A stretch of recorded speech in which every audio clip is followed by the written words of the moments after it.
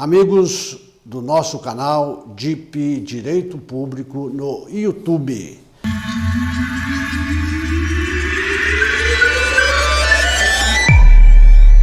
Sejam todos bem-vindos a mais esse vídeo de hoje.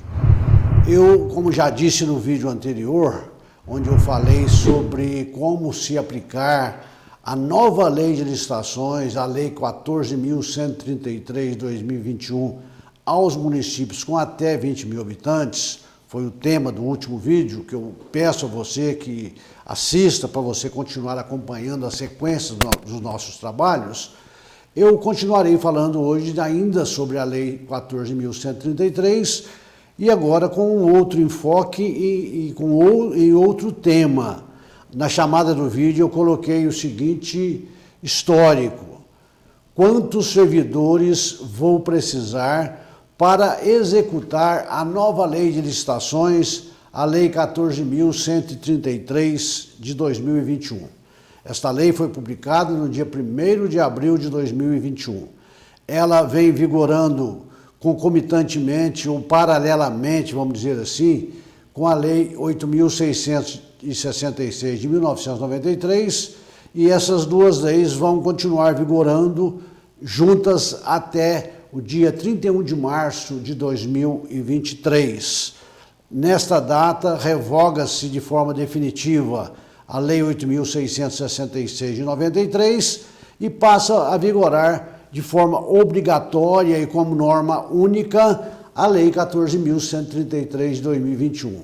Como nós estamos aí bem próximos já desta data, nada mais do que a gente reforçar um pouco as normas e as regras que regem esta nova lei federal que trata deste assunto, que veio trazer várias inovações na licitação e nos contratos administrativos.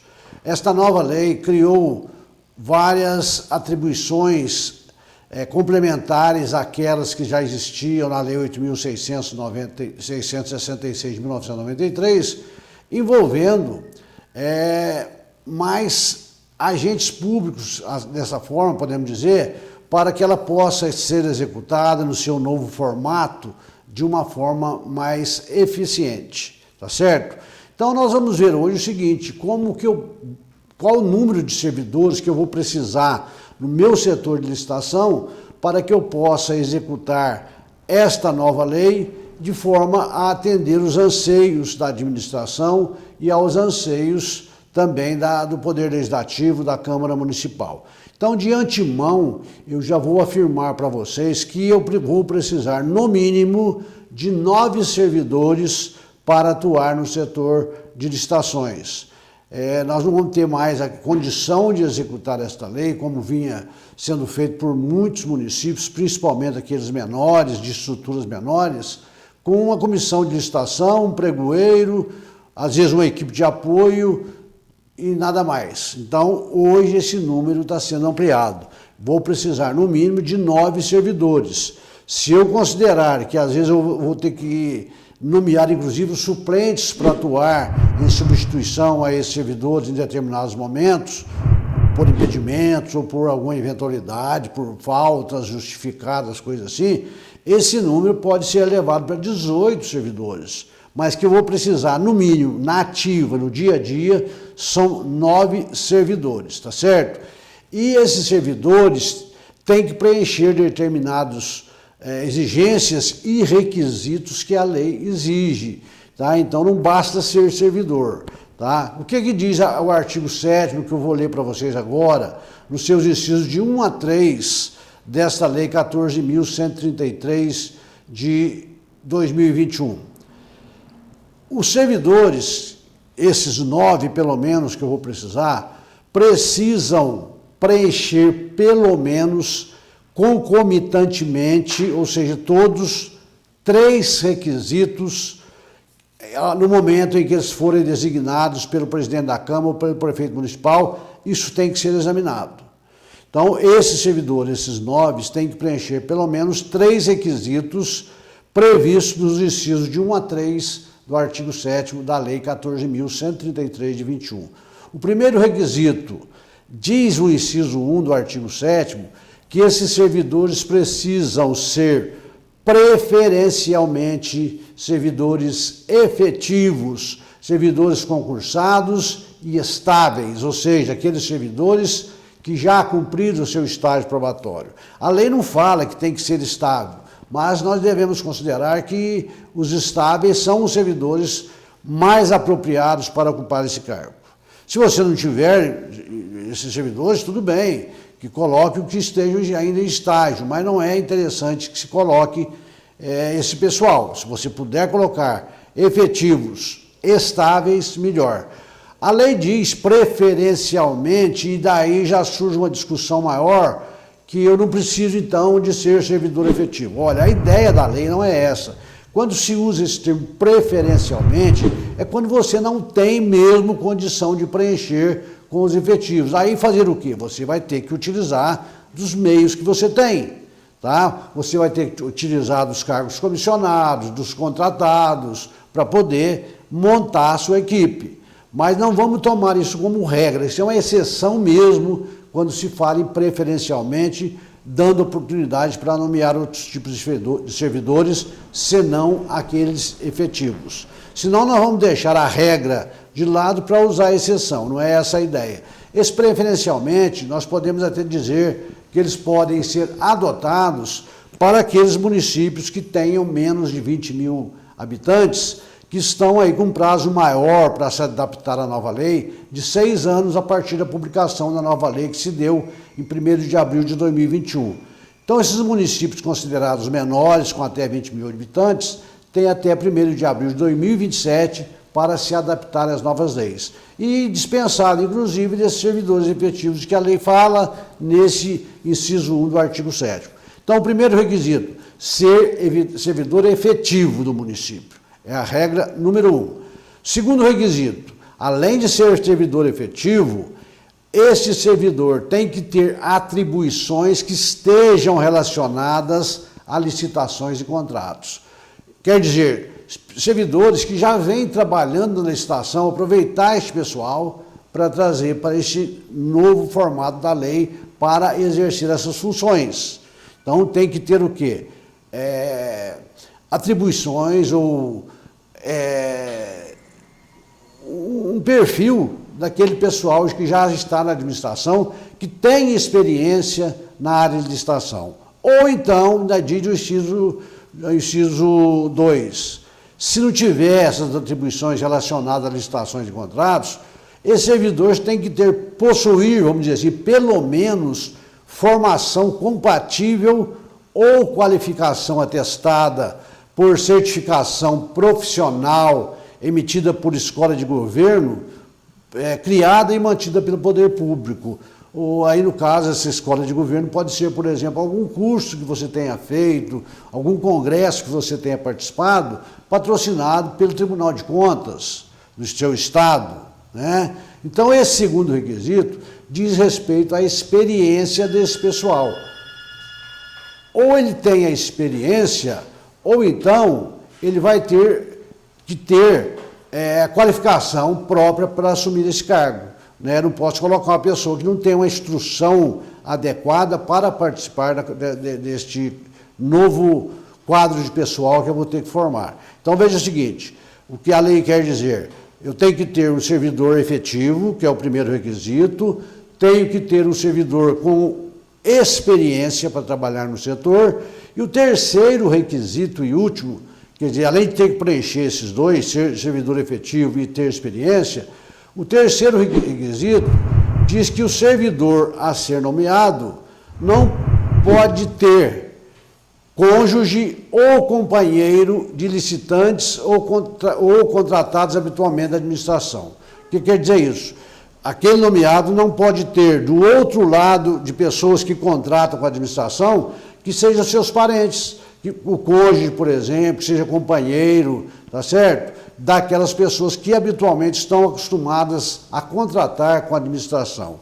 E nem podem ter com eles, com esse pessoal que contrata com a administração, nenhum vínculo de parentesco, colateral ou por afinidade até o 3º grau. Ou ainda ter com esse pessoal vínculo de natureza técnica, comercial, econômica, financeira, trabalhista ou civil. Por exemplo, eu sou membro da equipe de licitação, eu não posso ter de outro lado contratando comigo uma empresa da qual eu presto serviços. Seria um exemplo. Então, é uma outra exigência que a lei faz. Então, esses 3 requisitos de vínculo de parentesco, não pode haver, né? Eu tenho que estar excluído de todas essas proibições que eu acabei de falar com vocês, que seria até um tipo de nepotismo, vamos dizer assim, mas eu tenho que ter, então, um servidor efetivo e com experiência, e que não se enquadre nessas proibições. E a lei trouxe também, a nova lei, a Lei 14.133, a necessidade de aplicação, nesse caso específico, do princípio da segregação de funções. Isso está previsto no parágrafo 1º do artigo 7º da nova Lei de Licitações. Quer dizer o seguinte: na escolha e designação desses servidores para trabalharem no setor de licitação, o prefeito ou o presidente da Câmara deverá observar esse princípio da segregação de funções, onde não posso ter um mesmo servidor atuando simultaneamente em outras funções da licitação. Para que isso que o servidor colocou? Para se evitar que se ocorra nesse processo todo a ocultação de erros ou então a ocorrência de fraudes nessas contratações. É esse o objetivo do princípio da segregação de funções, tá certo? Muito bem. E aí eu fico com a pergunta o seguinte: e o que esse pessoal vai ter que fazer? Nós vamos falar no próximo vídeo que eu vou trazer para vocês sobre cada um dessas funções ou cargos que devem ser executados por esses 9 servidores. Mas como que eu vou traçar esse perfil, colocando no papel, o que cada um vai ter que ser feito? Aí surge o que nós chamamos de regulamento, que tem que ser feito pela administração, pela Câmara, traçando essas condições, essas atribuições de cada um desses 9 servidores que devem ser executadas no dia a dia, tá certo? Muito bem. O artigo 3º do parágrafo 8º da Lei 14.133 de 2021 diz o seguinte: que as regras relativas à atuação desses agentes públicos deverão ser estabelecidas em regulamento e deverá ser prevista a possibilidade de eles contarem com apoio de assessoramento jurídico e de controle interno para o desempenho ou a execução dessas funções. Quer dizer o seguinte: o legislador autorizou, isso você vai fazer por regulamento, por lei ou por decreto, tá certo? Essas condições que esse artigo 8º traz no seu parágrafo 3º, que você pode, inclusive, contratar assessoria jurídica para auxiliar esses servidores, esses 9 servidores, na execução das suas atribuições, pelo menos no início da colocação em prática dessa nova lei.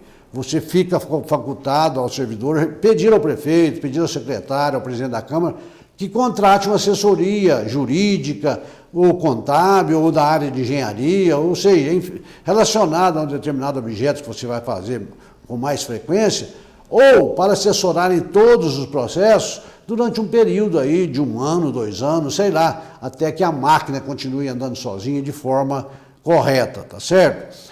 Aí fica também um outro posicionamento, e aqui eu quero colocar a minha opinião própria. Como que eu vou fazer? Eu vou criar cargos ou vou utilizar de um outro remédio jurídico para criar essas funções para esses servidores? Cargos, quem não criou não dá nem tempo de criar cargo agora, ter a aprovação da Câmara, fazer concurso público, essa coisa toda. Então, e mesmo em 2021, mesmo assim o prazo ainda seria um pouco curto, porque tem uma tramitação longa hoje, um concurso público, né, passar pelo tribunal, essa coisa toda. O que eu estou sugerindo para os municípios que nós temos prestado assessoria é que sejam criadas funções gratificadas para cada função que vai ser exercida por cada servidor. Aí você pega um servidor efetivo, faz a designação dele para exercer determinada função gratificada, que vai ser criada por lei, obviamente, e que você vai fixar um valor para pagar esse servidor. Ou seja, o servidor vai ganhar, além do que ele já tem, o vencimento dele básico, mais uma função gratificada que pode ser em um valor fixo, corrigido anualmente, pode ser vinculado até com a data do reajuste dos vencimentos dos servidores, ou pode ser por um percentual incidente sobre o vencimento básico, aí fica a critério de cada um de vocês. Mas suponhamos que eu quero fixar uma função para um determinado agente público que vai trabalhar na estação, correspondente a 50% do seu vencimento básico. Vamos supor que ele ganha R$2.000 por mês, ele passa então a ganhar R$3.000 por mês. R$1.000 referente à função gratificada para trabalhar naquele setor de estação.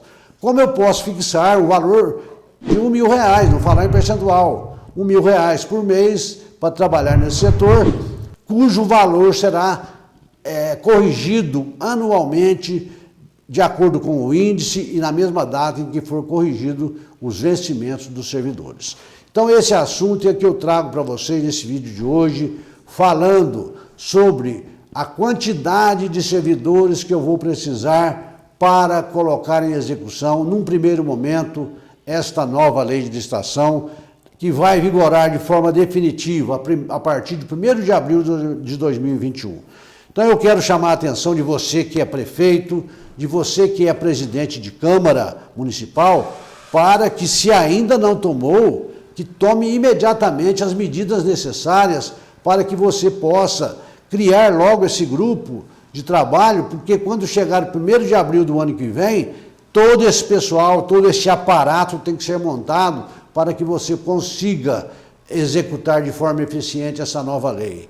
E não deixe para a última hora, porque você pode ter problemas. Você pode ser multado pelo tribunal e ter uma série de sabores na aplicação desta lei, porque você não terá condições de fazer dentro ou com esse pessoal que você tem atualmente. Então eu encerro esse vídeo de hoje, espero que vocês tenham gostado do seu conteúdo e peço a vocês, se gostou, que compartilhe com seus amigos, com seus colegas. Você que está chegando agora, se inscreva no canal, venha somar conosco, aumentar o nosso número de inscritos, vai aí na telinha, deixa o seu joinha, o seu ok, o seu like, deixa a sua mensagem, faça o seu questionamento, que dentro do possível nós vamos responder cada um de vocês. Espero vocês no meu próximo vídeo, onde continuarei falando sobre este assunto, especialmente sobre cada função que deve ser exercida por cada um desses 9 servidores